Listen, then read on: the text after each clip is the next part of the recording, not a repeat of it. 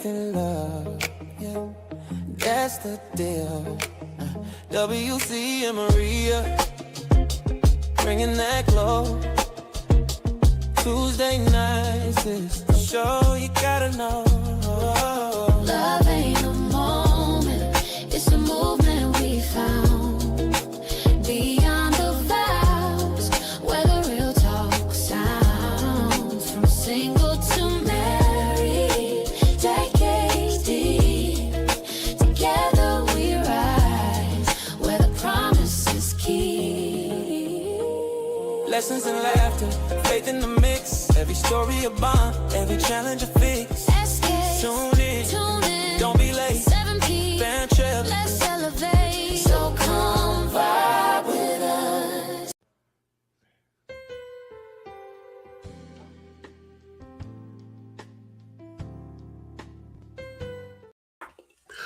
Well, hey, good evening. Good evening. It's that time again. We're a little bit behind, but it's that time again. You are tuned into Beyond the Vows with your host and the hostess with the mostest. That one right there. And you know what? You all right? I always had that effect on her like that. Look, you know when there's some writing behind, you see that writing right there? Is that our signatures? Oh, I can't see it. Anyway. So welcome to Beauty Beyond the Vows. And we come to you every Tuesday night here on SKST TV Radio Podcast Studios here in the beautiful city of Virginia Beach. And honey, how you feeling? Okay. Sure. Mm-hmm. You're not very talkative. No, not tonight. Yes, you gotta be. Mm-mm. Yes, you have to be. You have to be. So first, just want to tell you about our sponsor, which is deafchildhope.org. Deafchildhope.org. And that is our wonderful, wonderful organization where we get to partner and sponsor children all over the world who are not only in poverty, but they are also deaf. Your contribution, your sponsorships will help these children to learn sign language so they're able to communicate with their families, with their friends, with their communities. And we do have our own child that I believe Comey is almost turning 16 now. It's been since last year that we sponsored him, and he is in the Congo. So again, go to deafchildhope.org and see what beautiful child you will be able to sponsor today. Okay. I just said we was here in the beautiful city of Virginia Beach, and I believe we got a great viewer that's watching us. Our nephew should be watching us tonight. Israel leader, he should be watching us tonight. You know, he's a bomb diggity. He really is. But you know, first, honey, you know I like the news, right? You know, you wake up and 2:00 in the morning. I'm looking at CNN or News Nation, And I can't sleep. Yeah. I don't know. I just love the news. It's just too much. You know, Depressing. So let me ask you a question. What are some things that you like that your spouse doesn't necessarily not like, but is just not into it? So what is it about the news? Well, the news now is depressing, and I'm tired of listening to it. You know, I mean, I would rather go to bed on a pleasant side than to go to bed listening to lies and lies and lies and lies again. It doesn't do anything for me. Well, we do listen to the Tonight Show. That's fun, Tonight Show. And Sometimes everybody up there is not all is. Well, you know, I always change. It's like when Jimmy does his bits, and then when he starts bringing his guests on, we may turn it to Food Network. Yeah. You like Food Network? Yeah. Yeah. I like to get sleep too. Yeah, but you always ask me, why are you always looking at food? No, why you always looking at the CNN is what I complain about because I'm sick of that mess. Every time you turn around, Well, I mean, I like to it's be too much. informed. Well, You know, it's lies that are being shared, and I just don't. I don't want to go to bed thinking about it, waking up to it. yeah. That's a Well, bit much for me. well, we got one of the biggest liars ever. I'm just saying. The occupant of the White House. I don't want to have to do that every night. Yeah. Well, I mean, but say the form, just like the other day, Sunday, we went to the UPS I went to take something back. Then we went to the Dollar Tree afterwards. Mm-hmm. And that same complex that we were at, that night there was a shooting and 7 people got shot. Yeah. And I always think about that there's been things that have happened at places where we were, the Walmart shooting in Chesapeake, when you worked at the hospital, and I was just, I think I dropped you off and then I stopped by there to get some stuff and went home. And the next thing you know, you hear there's a shooting, in there. So that's one thing we always look out for, is thanking God for his protection, but there's just so many things going on there. Gas is just outrageous. Mm-hmm. I've never seen it, and where we live now, that gas is $3.99. And I'm like, wow, it's just as crazy. So I just ask, you folks, just look at, what's going on in your community, what's going on nationally. You need to be able to make, real good decisions when you're asked to do certain things. Like now they're asking us to vote on this redistricting here in Virginia, where the Republicans are trying to change the districts or add districts to their benefit so that they'll keep their majority in Congress for the next 2 years. But we can't go through another 2 years of having somebody in there who's not being checked, who's not being called out, and I just, it's just bad that everybody has to suffer, Mm-hmm. from what's going on. The TSA workers, that's bad. We had the plane crash, up in New York. The plane ran into the fire truck. You saw that, didn't you? We talking about CNN stuff, so this is beyond the Vows. So make it quick. Anyway, just be informed, folks.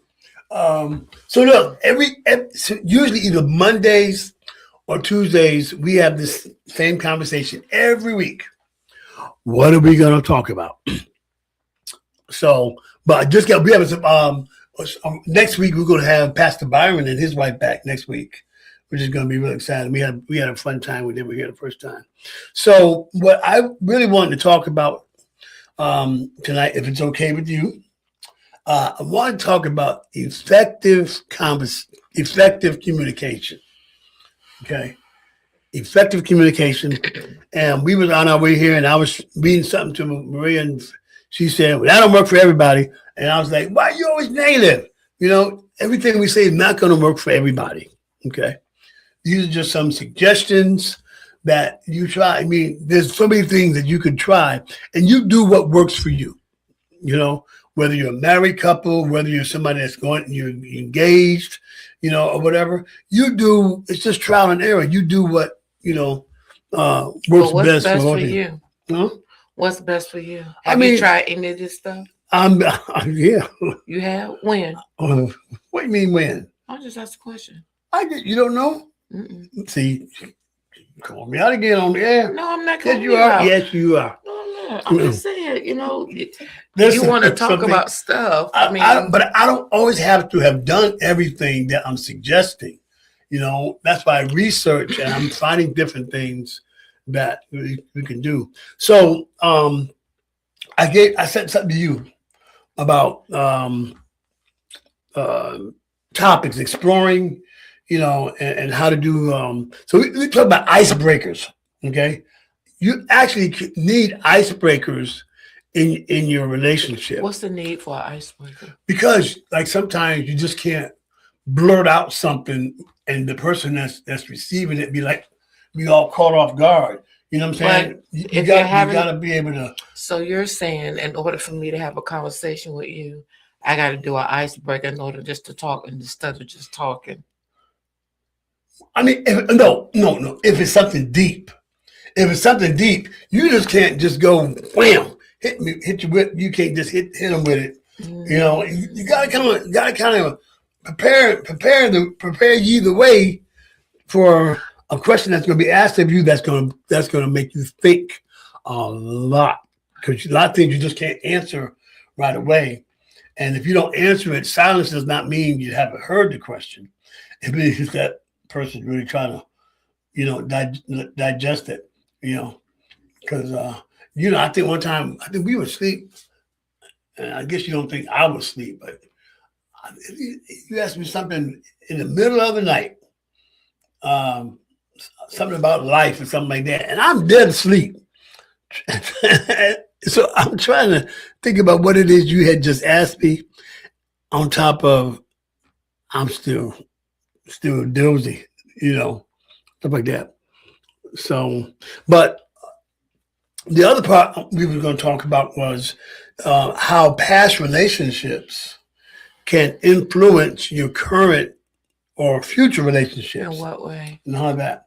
Well, I mean, like if you've had a bad relationship in the past, okay, and it really damaged you. Do you take that into a new relationship, and then when you see something or behavior that was like that, do you immediately regress? Yeah, you know, you immediately regress. Why is that? Yeah, because it's a trigger for me, and so I have to keep my eyes and ears open, because I can't trust that is going to not ever happen to me again. So I have to protect my heart. But do you like give it the benefit of the doubt and say, well, I'm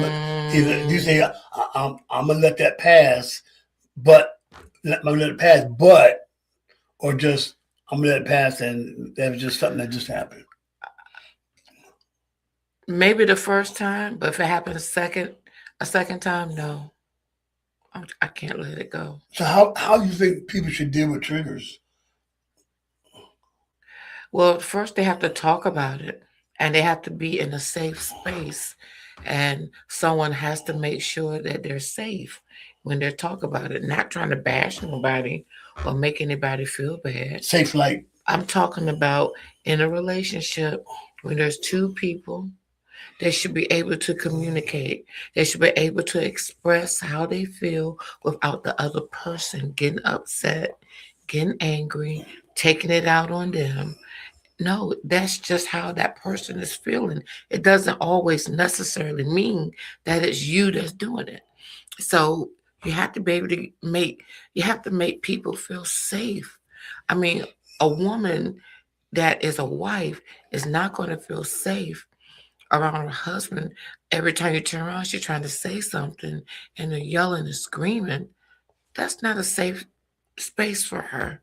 She's not going to want to tell you her innermost thoughts or her feelings. Or you got to be able to allow her to be able to express herself, to be able to share what's on her heart. Because apparently you don't really know anybody. You know, that person may not even know what's on their heart, you know. So you got to be able to listen. You got to be able to listen with understanding. You may not always understand, you know, because sometimes, you know, wives, we don't always understand. And men, I know sometimes you don't always understand, but it's a point about listening. Somebody got to listen and somebody got to talk. You know, it's just up to you what you do with it. You know, don't make the man feel bad because you express yourself or because he expresses himself.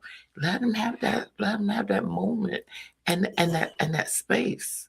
Yeah, and everything needs to be reciprocal, and right with each and other. Then we should not get to the point where we can't be told anything. No, never that. Yeah, I mean, like if I'm pointing something out, let's say I'm pointing something out to you that I'm trying to let you see something that, whether either way it goes, should always get our defenses up that you're being attacked, because a lot of times we're saying something to each other, or pointing out something that we may not even know that we're doing. I And understand. it's good to point it out and then allow, rather than bash them with that they're not doing it right, is make your point, say what you have to say, and let it marinate with the person who you talk, who you're talking to, and let them figure out, am I really doing that? But it's all about delivery, Mm. because some people don't know how to talk to each other. And that's true. If it's something that you want to say, just like I'm talking in a mellow voice, I don't have to raise my voice to have anybody hear me. I'm talking in a mellow voice. So it's my delivery. If I come off nasty, disrespectful, and just terrible, no one's gonna want to hear me. To people who respond in the spirit that is given. It's supposed to, because a lot, like I said, a lot of people, what's wrong with them today, and they don't know how to communicate. They don't want to communicate. Hold your hands up like that. Let me see that. Y'all see her nails? It looks so good. She did them herself. She don't go to what you call it and spend about $1,000 on nails. Oh, please. Homegrown, home. Ain't no homegrown. I mean, home done. God help her. It's not. So, what are some other things you think that people bring into relationships or form relationships, or not even that? What people may see, like a child may see how their parents did. Is there sometimes you think that what they've seen throughout their childhood or whatever, they bring that into a relationship?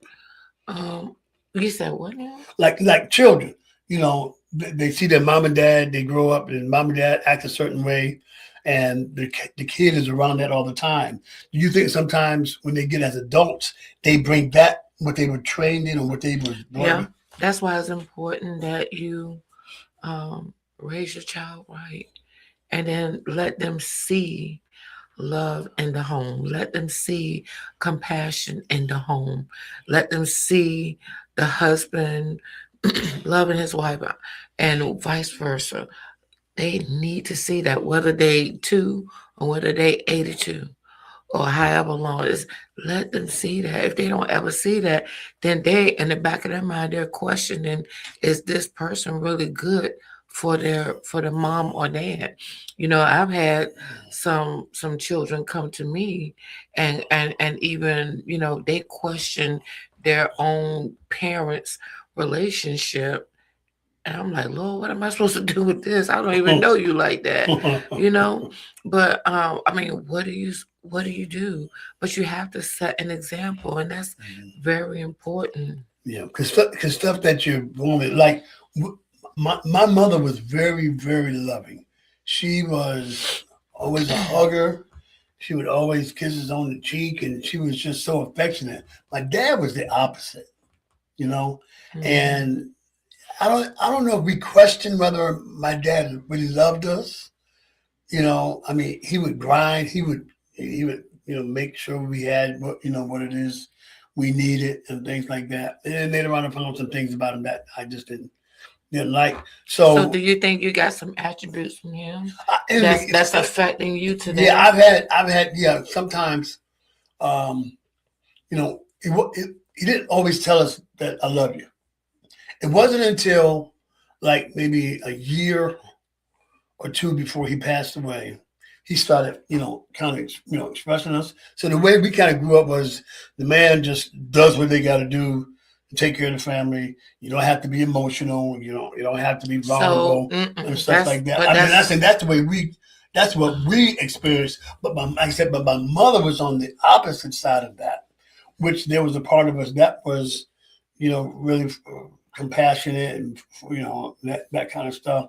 And I did say after a few failed marriages that I would, not somebody has to break the cycle. Have you broken it? Somebody has to break the cycle. So what did you do to break it? I mean, I didn't want to do like my dad did. You know what I'm saying? Mm-hmm. I don't think nobody else deserved that. Like I said, the last 2 years before he died, our relationship was great. But, and I can't say it was too late, but I did, I did have a good. I was able to be emotional and cry at my dad's funeral because if I don't think if we had not reconciled, I don't even know if I would have even gone. You know, crazy.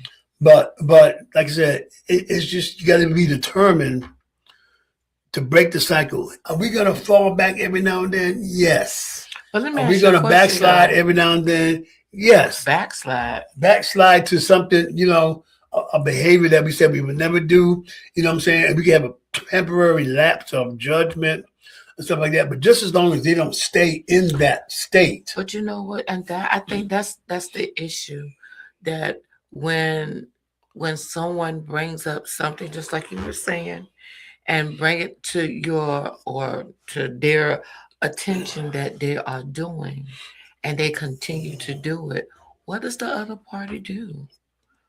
Because what happens is, how many times, like if just using us for an example, how many times you gonna tell me that you don't like carrots and I'm still cooking carrots? Do you understand what I'm saying? I'm like, how many times it's gonna really start saying, well, Maria, I'm allergic to it, but you still keep cooking it. Do you understand what I'm saying? Yeah. So, like, how many times do you have to keep saying it before I do what I need to do? Because number one, if you're allergic to it, why would I even serve it to you? Well, you don't, and I'm glad you used that example, because there's something that in our reading that kind of addresses that. Okay. Okay. But like I said, memories that you've had in the past and things like that, you just got to figure out what's important. And that's why it's important to communicate the need, my needs, your needs, everybody else's needs. So, I want to go back because you got to answer that question and this one I'm about to ask. I talked with my son the other day, and they were talking to me about being emotionally available, being vulnerable in the relationship, that we can't be afraid to do that. And these are young people. They are talking about being vulnerable and being emotional available to their partner. And that is really important. Without the vulnerability, the person is there with you. They promise to stick with you through thick and thin. So what is it about yourself that you don't trust? Because if you should be able to understand that the person that is with you, if they're being vulnerable about everything about them, then why can't we be that? Why can't you be that? We was talking about that, and it's just so important because if I'm just using us as an example, if I'm your helpmeet and I'm supposed to help meet your need, how can I help meet your need when I don't even know what you need? I'm not a mind reader. You know what I'm saying? So you got to be able to say, and even there are going to be times, even in a relationship, where you feel scared, you feel nervous, you feel whatever. It doesn't take away from who you are as a man. It doesn't take away from me for who I am as a woman, because all of us have experienced fear. We've experienced being scared. We're experienced of not even knowing how to do things. All of that, but we can't be afraid to even speak that, so that our partner will understand where we are. Because a lot of times the reason why we're not getting it together like we should is because we don't understand where our partner is. And so in order to understand where they are, like I said, we're not mind readers. You can't read my mind and tell me how I feel, right? But did you ever tell me that we should have a certain connection, that I should know when you're either when you're sick or when you're upset or when you're been thought about something? Oh, or I'm Is that the saying same that as my reading? no, that's not. No, no. I'm saying that we should be so connected um, in our relationship that you should be able to pick me up. You should be able to know when something's bothering me, and then you come and say, "Hey, Maria, you're not acting the same. What's bothering you? I don't know what it is, but I know something." But can that also come from like if like for instance, if that going back to the carrots, okay? If I've told you I don't like carrots, you keep making them, and every time you put a plate of carrots in front of me, I'm just sitting there mad, not talking and stuff like that, then you would know why I'm mad, right? Yeah, because if you keep saying it and I'm still doing what you asking me not to do, that's a problem. Right. But I'm talking about this mind reading thing also has to not not so called mind reading, but Discernment. not even discernment, because discernment to me is something kind of spiritual, kind of But But I'm talking about if I know something that you don't like and you're doing it then anyway. do it, then I already know what your response is going to be. So I don't even have to ask you what's wrong with you. But the thing, but no, that's being you're not being considerate of me when that happens. No. You were talking about this mind reading, and we need to know each other. Right. So And, if you but certain things you know because of history. so okay, if That's there's the something, separation right there. but no, I don't agree. Yeah, I'm saying if I already know you don't look, if I know you don't like me to leave the toilet seat up, and I leave it up. You're just Then being defiant, and no, you're just no. doing Even, things the way you want to do. You're not considerate. But I'm saying I That's don't not have to be in consideration. tune with you because I already know that you. I'm saying being in tune with you versus what we actually know that's going to cause, I don't agree. I don't agree, because if I kept doing something that you don't like and you ask me not to do it, what happens? You'll get upset, right? And what else will happen? If I kept doing something that you asked me not to do, and I constantly did it, and you know what I did, you already know, but I'm still doing it. Right, but that's not what I'm talking about. I'm talking about we're not. You said we're not mind readers, okay? You don't have to be a mind reader to know that something that upsets you or upsets me or upsets them. That's different than being in tune with each other and can feeling when something's wrong, even if there's nothing going on. You were saying something in me should say, like you just said, Maria's not acting the way she normally acts, and you could be dealing with something that I have totally no knowledge of, right? Right? I guess. Just like a soap opera pause. Like a soap opera, they ask a question and also they look at the camera. So I'm just saying there's a difference. But all of it goes back down to communication. Communicating the needs of each other. And the other thing is not judging. You can't judge me for not liking carrots. No. But the thing is to find out why I don't like carrots. I just told you the answer. Why? Because I told you, if I'm serving you carrots and you said, Maria, you already know I'm allergic to them, and I still keep doing, I gave you the answer. But I'm still doing it anyway. You probably don't have your listening ear on, but I did say that. So if I'm serving you something that is allergic to you, then I know that this is going to make you sick. Well, why would I keep doing it? Right. But you don't have to be in tune with me to know that. But if you've already shared that with me, just like if I share something with you and I'm like, hey, can you not do so and so and so, but you do it anyway? Then, let me put it on myself. If I kept doing the very thing that you asked me not to do, knowing that you're allergic to it, then how would that make you feel about me? I would, because you would be one of the, like them African videos where they be putting poison in people's food, and the maid says, "Drink it, drink your drink." You ain't answer my question. I would have an issue. You would have an issue, and you would be upset with me, Yeah. and I wouldn't be. I would be like not considerate of your feelings, right? Only thing I would be feeling good about is you wasted your time cooking carrots, because I ain't gonna eat it.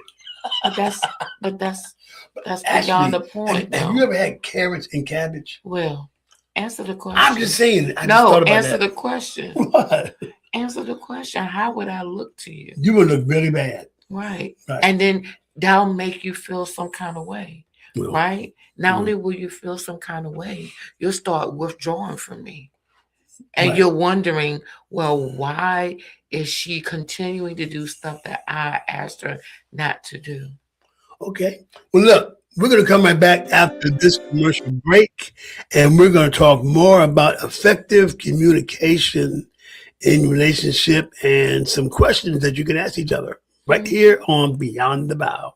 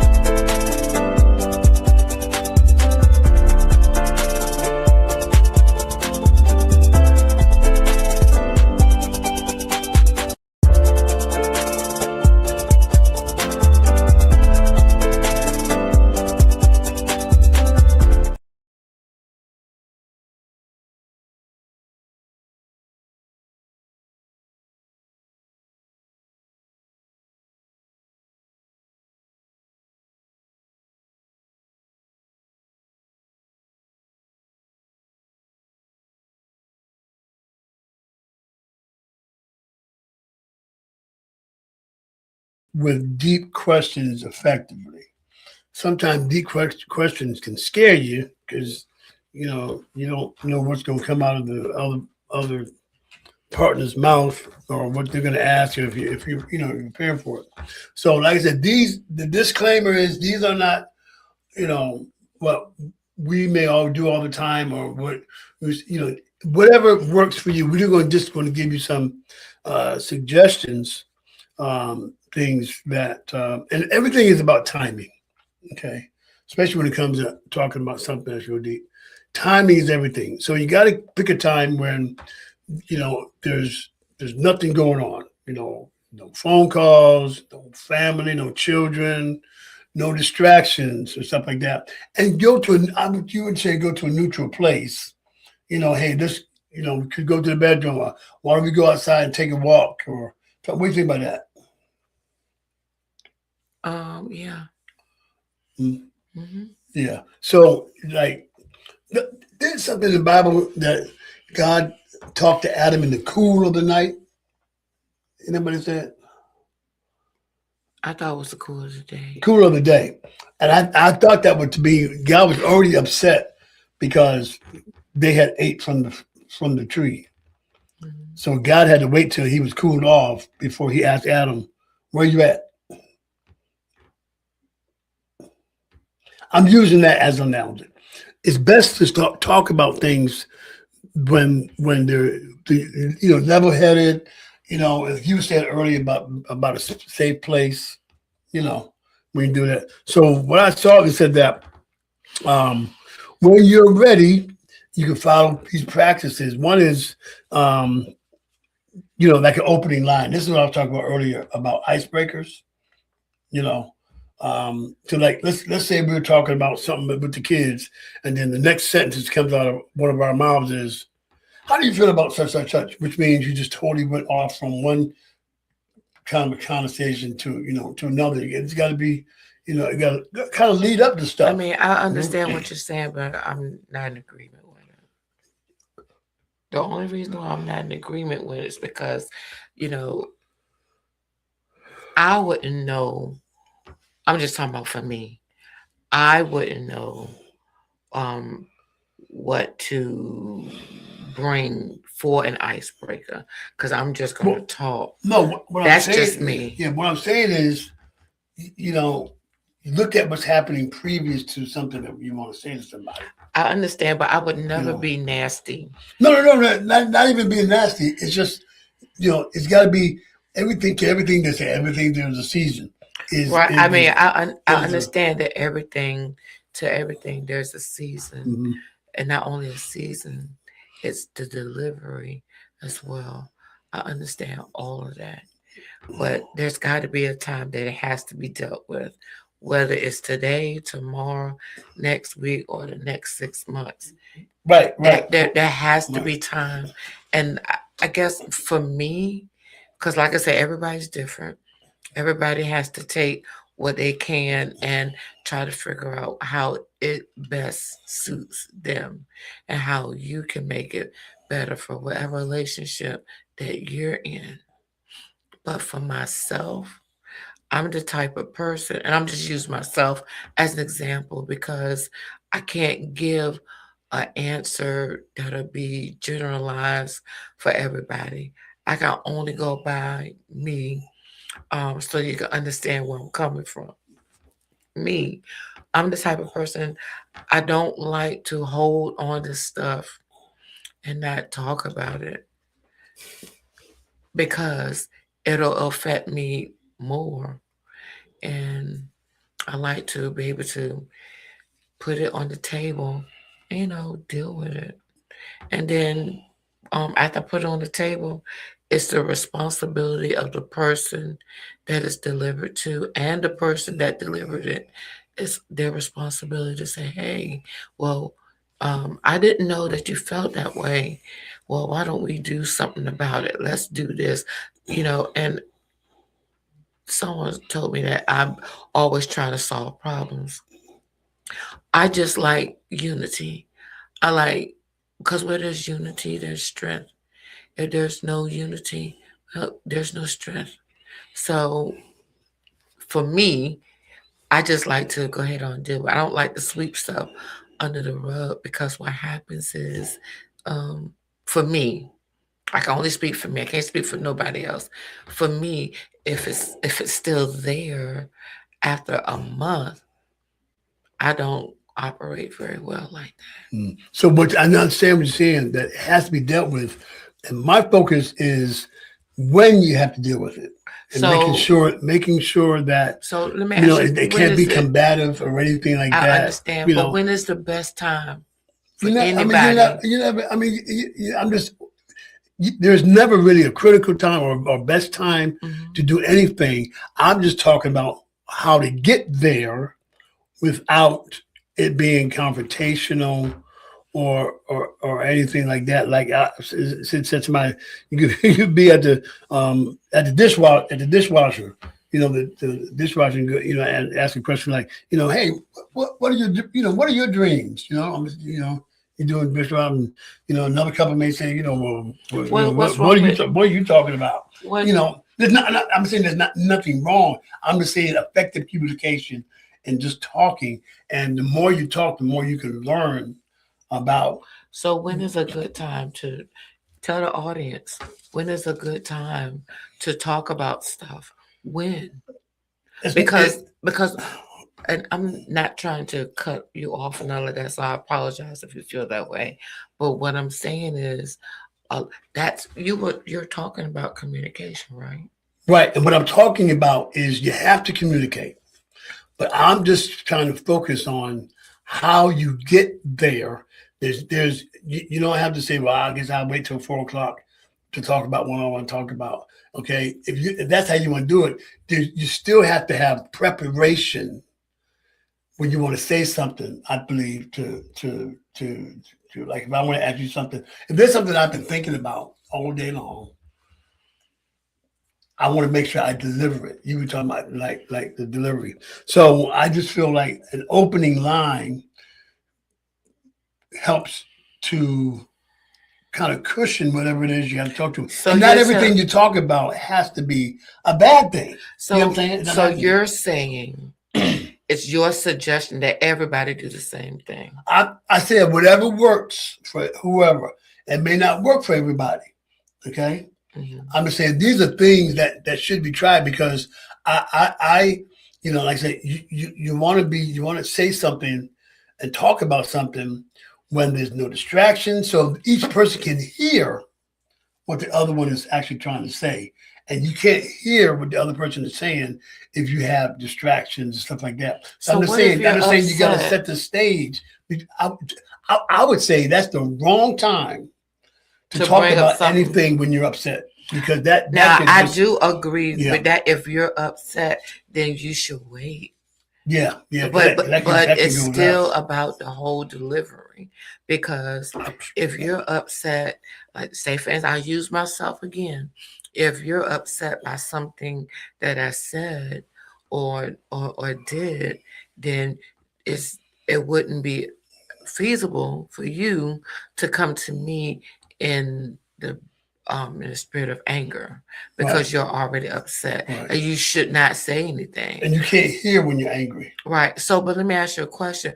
But do we do that anyway? Yeah, of course. I'm talking about the audience. Yeah, all of course. of us do that. And we've all done that. I said, nobody is perfect. Right. You know what I'm saying? It's trial and error. Right. And you gotta do what works. And repetition is the key. Repetition is the key. If you know this thing's not gonna work, let's try it another way. I need to ask you another question. So you're talking about planning time to talk. Well, how can No, I'm not saying planning time to talk. What I'm saying is when there's time to talk, when you want to say something, it's got to be. You got to look at your situation, your environment. Like I said, everything we talk about does not have to be negative. Right. So my thing is, and it helps with you, and it helps with the delivery. Like I said, there shouldn't be any distractions. I just feel like, or any of that kind of stuff. I just feel like I want to be free to be me.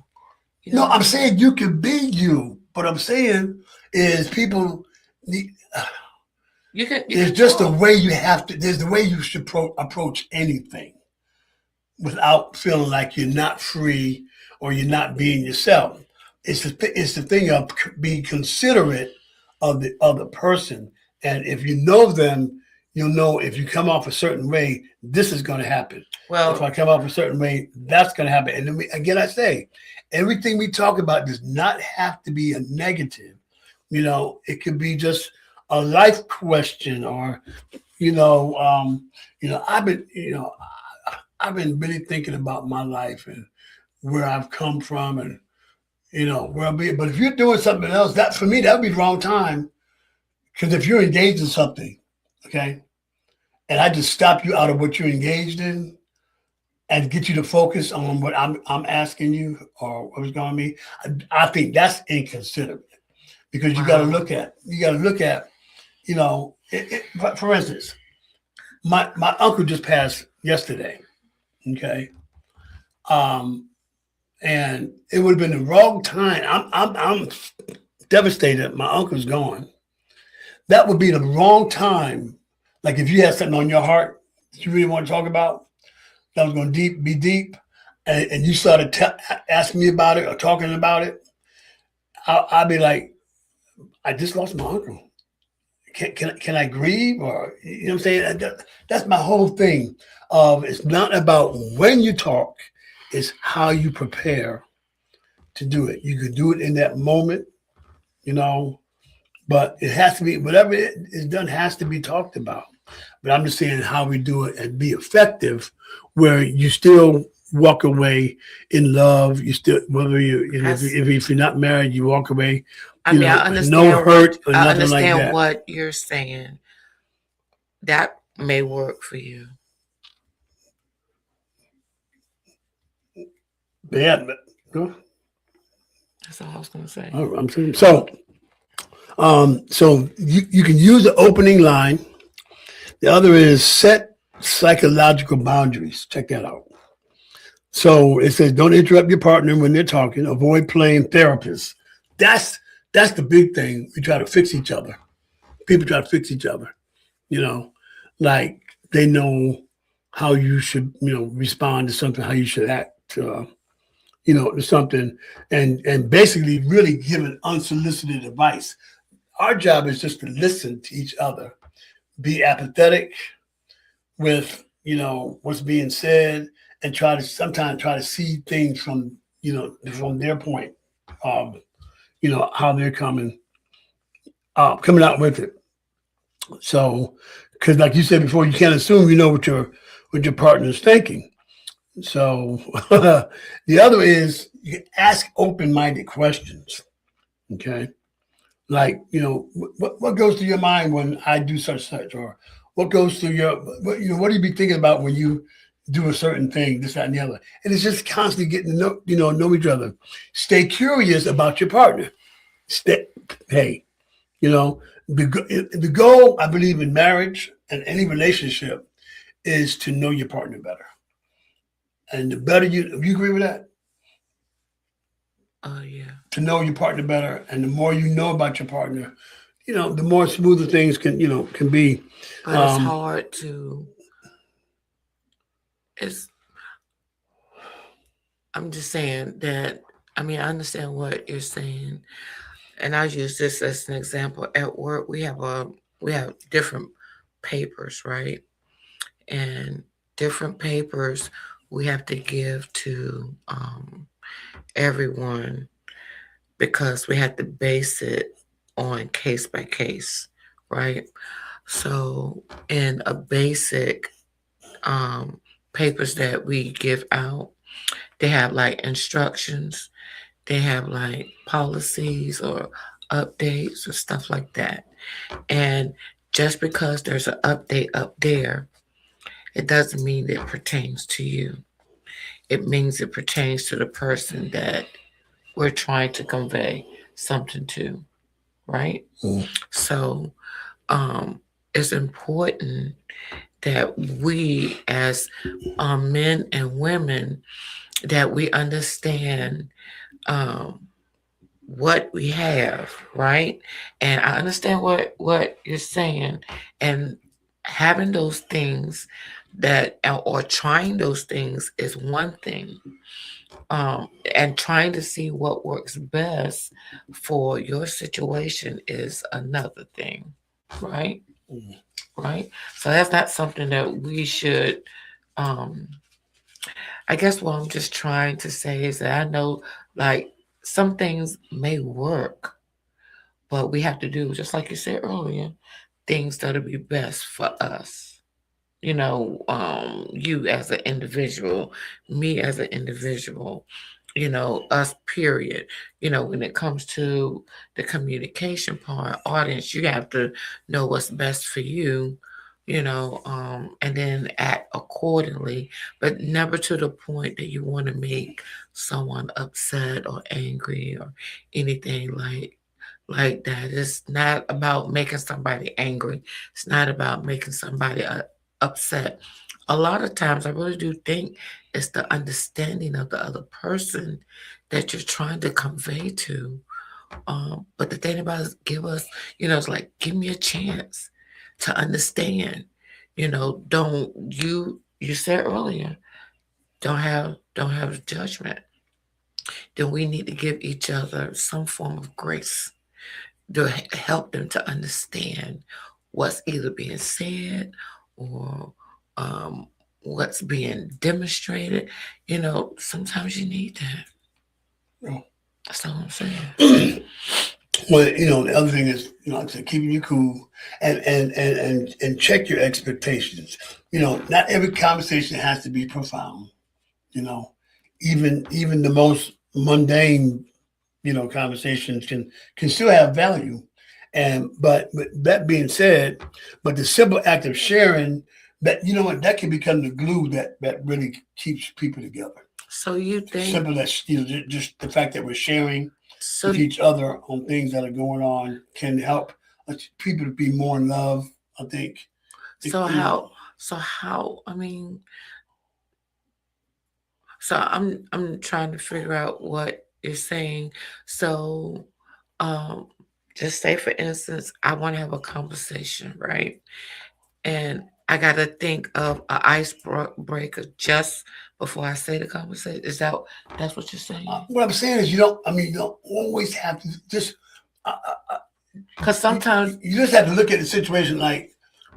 I'm sorry, I didn't mean to interrupt you, but it's like sometimes you just want to just talk. It don't have to be about anything. You can say, you know what, those greens the other day that we had were the best greens, remind me of my grandmother. You know what I'm saying? I mean that's that's fine. I think I'm more talking about deep conversations. Deep conversations need to be thought out. That's what I believe. I think they really need to be thought out. But do you ever think sometimes when it comes to deep conversations that it's ever going to be addressed? I'm saying if you prepare either way, every deep conversation can be handled. But I'm just saying it's how you get to that deep conversation. It's got. I just feel like there should be some preparation. And just almost like it's almost like a person with Tourette's just blurting out stuff, and you'd be like, "What in the world? Where'd that come from?" I just think when you love somebody, and when you really love somebody, I mean truly love somebody, you don't have to have a pomp and circumstance just to have a conversation. And it's when you really love somebody and when you're in love with somebody, for real, you can come and you can talk to them. Just like Jesus doesn't demand for us to come to him a certain kind of way. He said, come as you are. You can be football naked, don't matter. Right. We can't put ourselves in his category because but I'm saying, he is all knowing, all forgiving, and he is not in the flesh. We can be in our flesh. That is so true. But it's like You got to try to conjure up something before you make a conversation, whether it's, a deep, I'll use your words, a deep conversation. Like if I need God to do something for me, I just talk to him. I don't have to say, well, God, the other day I cast out devils in your name, and the other day I healed the sick. Now, God, I need you. No, God, look, you know who I am. You know how I feel. God, la la la la la la la la la. You know what I'm saying? Because he already knows it before you say it. We don't know it before you say it. I understand. But then, like I said earlier, it goes back to love. When you love that person. But I'm just saying, it doesn't mean you don't love that person. I'm just saying, be considerate. And I'm saying, guys, it's something that's really, really, really deep that's on your heart that you have to discuss, and that there's no way around it. You got to deal with that issue. All I'm saying is prepare your spouse, prepare your partner, prepare your friend. Somehow, just don't blurt it out. You know what I'm saying? With no notice, without no jelly, or take me out on a date, what have you. I'm just saying, prepare conversations so they don't go sideways. That's all I'm trying to say. Okay. So look, there's we got about another almost about 2 minutes. So sharing some things to know about your spouse or about your partner, like for instance, simple. These are fun questions. Like Maria, if you won the lottery, if we was playing the lottery, if you won the lottery, what would you do? Pay bills. Huh? Pay bills. Pay bills? Mm-hmm. Mm-hmm. What's the worst fashion trend that you ever followed? Not sure. You never followed no fashion? I mean, stuff like... I'm not really... I followed that Jerry curl back in the day. Mm-hmm. You remember the Jerry curl? If you had a superpower, what would it be? To disappear. Why would you disappear? Because sometimes I don't want to be in places where I am. Huh? Yeah. Sometimes I want to be somewhere else. Oh, I thought you... So, okay, most people want to be invisible so they can be in places so they can see what's going on. No. And, I'm not even interested in what's going on. I just want to be somewhere else. So if I had superpowers, I would be in a place where I think it's a whole lot of peace and water and serenity and love, and I would be right there. That's what I would be. So what would your costume look like? Nanya. What? Nanya. I would love to be Superman because I like to do a lot of things. I like to have that strength to do it and speed to get there to do it. Mm-hmm. So, but anyway, guys, we thank you so much for joining us here on Beyond the Vows. You can check us out at skstv@gmail.com.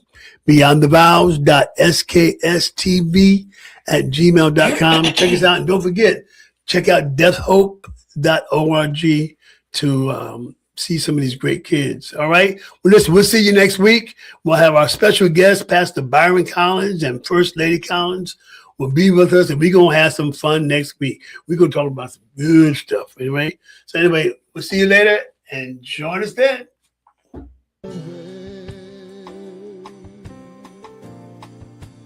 Some kind of way.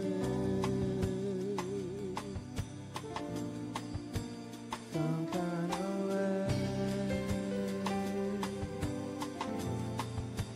Some kind of way.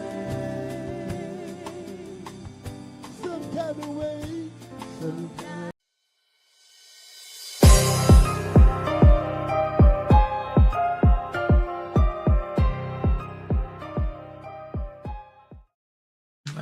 You are putting on blast because you want to answer.